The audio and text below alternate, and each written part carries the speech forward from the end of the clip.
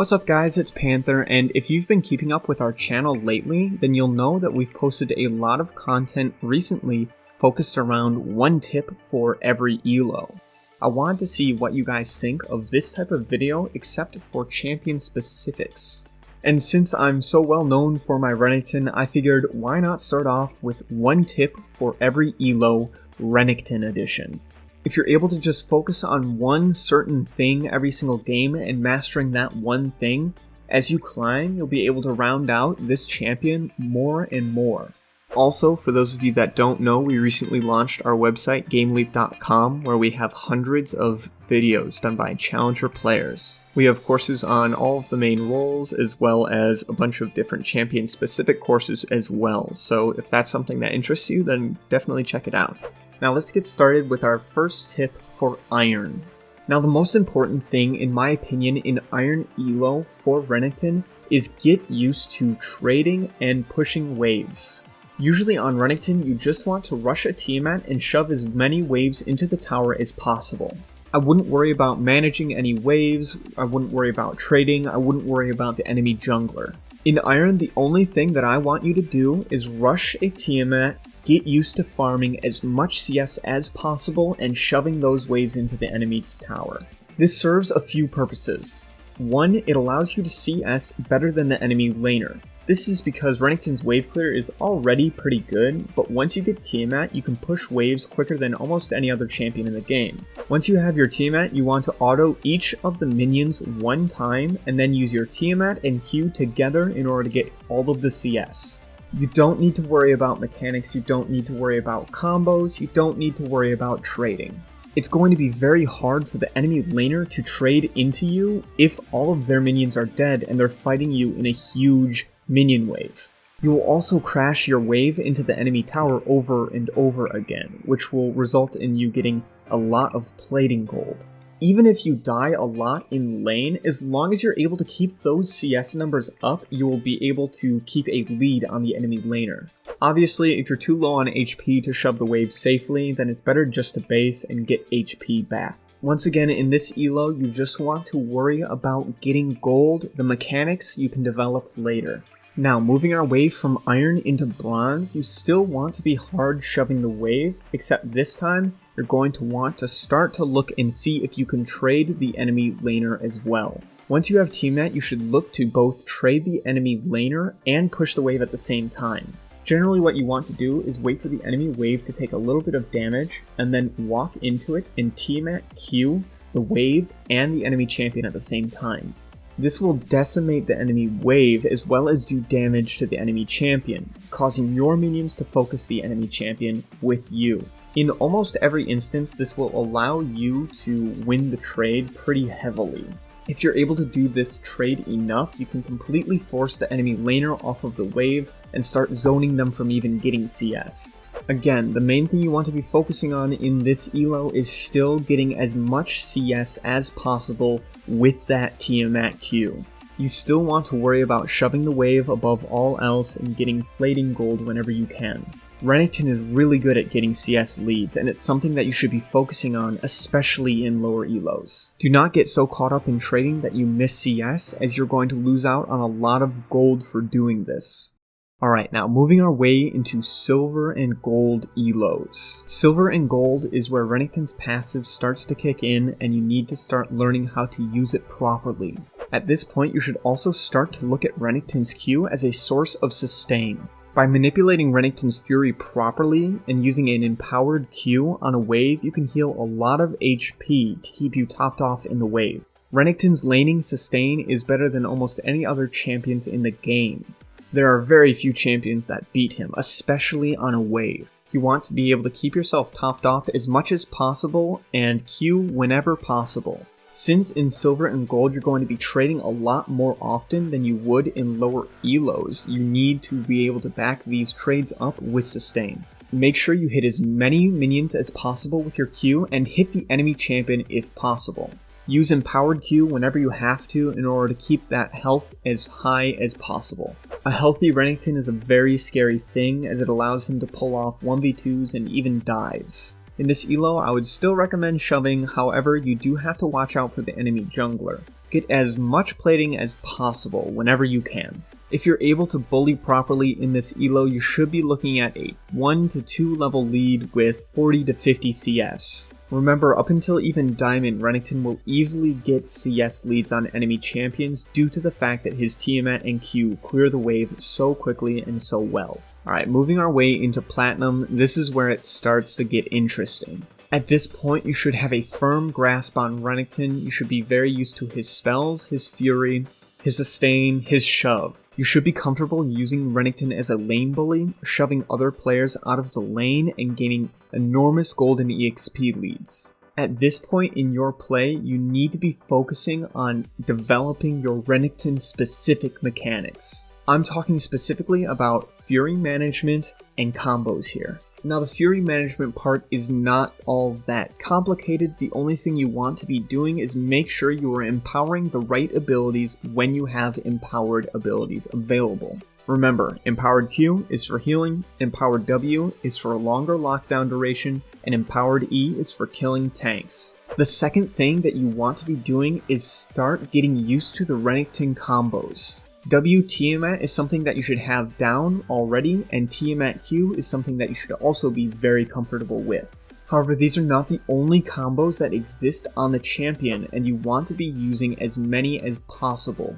In almost every situation, you want to be using WR if you're going to be ulting. This allows you to cast your ultimate during your W's animation and is one of the most useful double casts in the game. You also want to be making your trades as fluid as possible. This is where optimizing the champion starts becoming important. Weave in autos whenever you can in between your abilities and make sure they're smooth.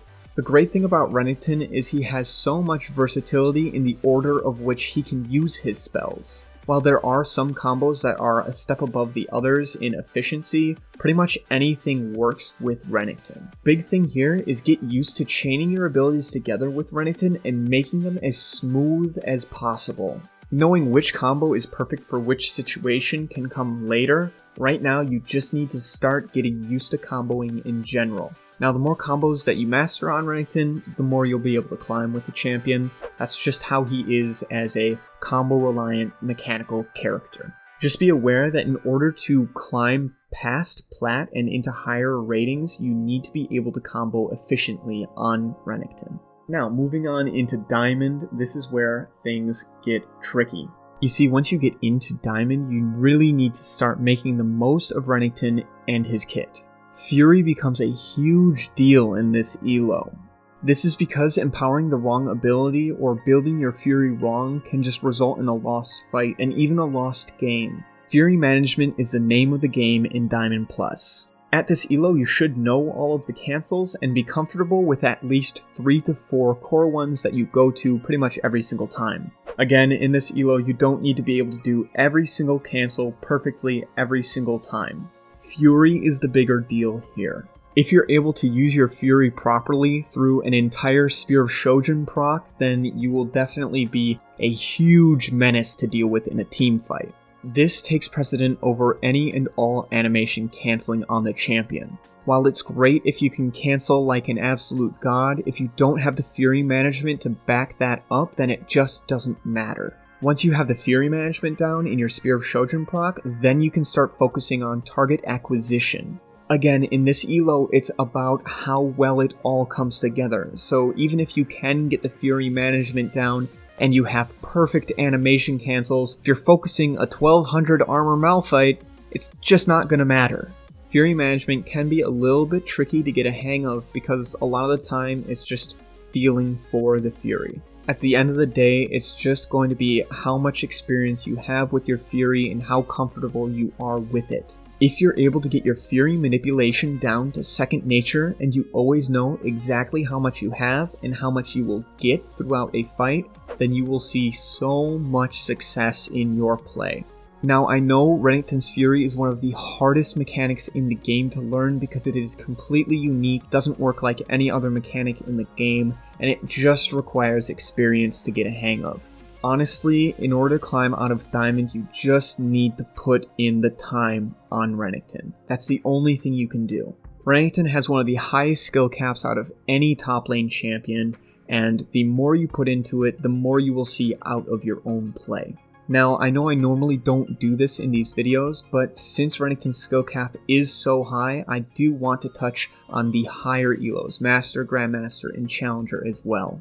Renekton is a staple pick in a lot of players' champion pools in these elos, and there are a lot of Renekton one-tricks in these elos. And I'm constantly getting questions as to how you can climb if you're stuck in these elos. As a result, I wanted to show you guys a glimpse into my mind and how I see Renekton and how I approach the champion. Remember, this is stuff that you can only apply to Renekton once you have mastered everything else. The first thing is animation canceling. If you want to be climbing in Master Plus with Renekton, you have to memorize every cancel and you have to be able to do it every single time. Even half a second can be the difference between a won and a lost fight in these elos. Remember, in order to be able to play Renekton in these elos, you're really pushing the champion to its limits, since it's not a meta pick. When I look at minions on Renekton, I look at every minion and monster as a resource. When I'm playing Renekton, I don't look at minions as creeps. I look at minions and monsters as a source of fury, a source of mobility, and lowered cooldowns on my spear proc. Minions are my tool on Renekton. The more I'm able to manipulate minions and jungle monsters, the more I'm able to make with this champion. Oftentimes I will pull minions and jungle creeps to certain places in the map in order to get off double dashes that are not otherwise possible. I'm not going to show you any of these dashes because this is something that you need to work out for yourself. This is not something that I can just give you. If I just tell you what walls are possible to double dash over, you're not going to have a feel for how the minions aggro to you, how they follow you around, and what walls you can and can't dash. This is something that you are going to have to find out through trial and error. Just because I tell and show you that you can move wolves towards mid lane in order to double dash over a wall and dive the turret does not mean you'll actually be able to replicate it. The biggest thing that you need to do here is change your attitude on minions and start seeing them as a resource. Remember, for Renekton, minions are fury and mobility. During your spear proc, minions are also a source to lower your cooldowns. If you're getting hard kited and you have no basic abilities up during your spear proc, you can auto minions to bring those abilities off of cooldown faster. Don't just monkey run at the enemy ADC to try and kill them. Make sure that every action that you do has a purpose. Now, these two things are a little bit easier to master than what I'm about to mention.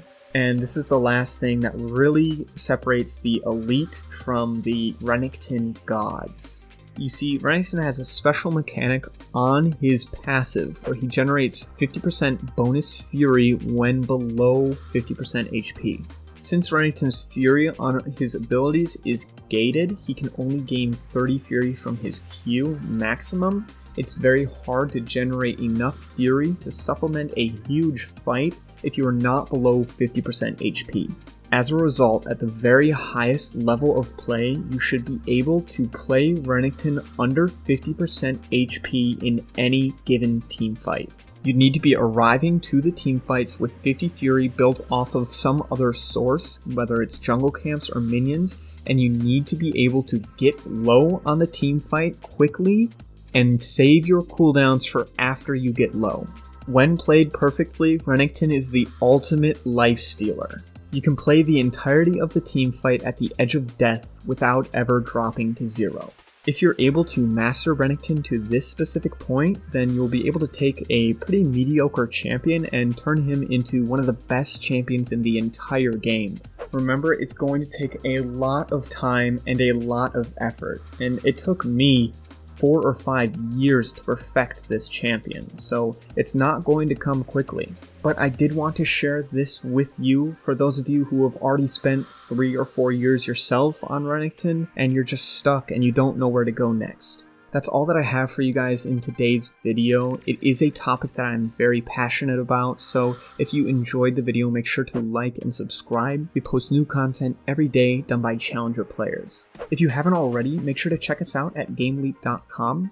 We have a Renekton course over there done by me, as well as other courses on other champions and courses on the 5 fundamental roles.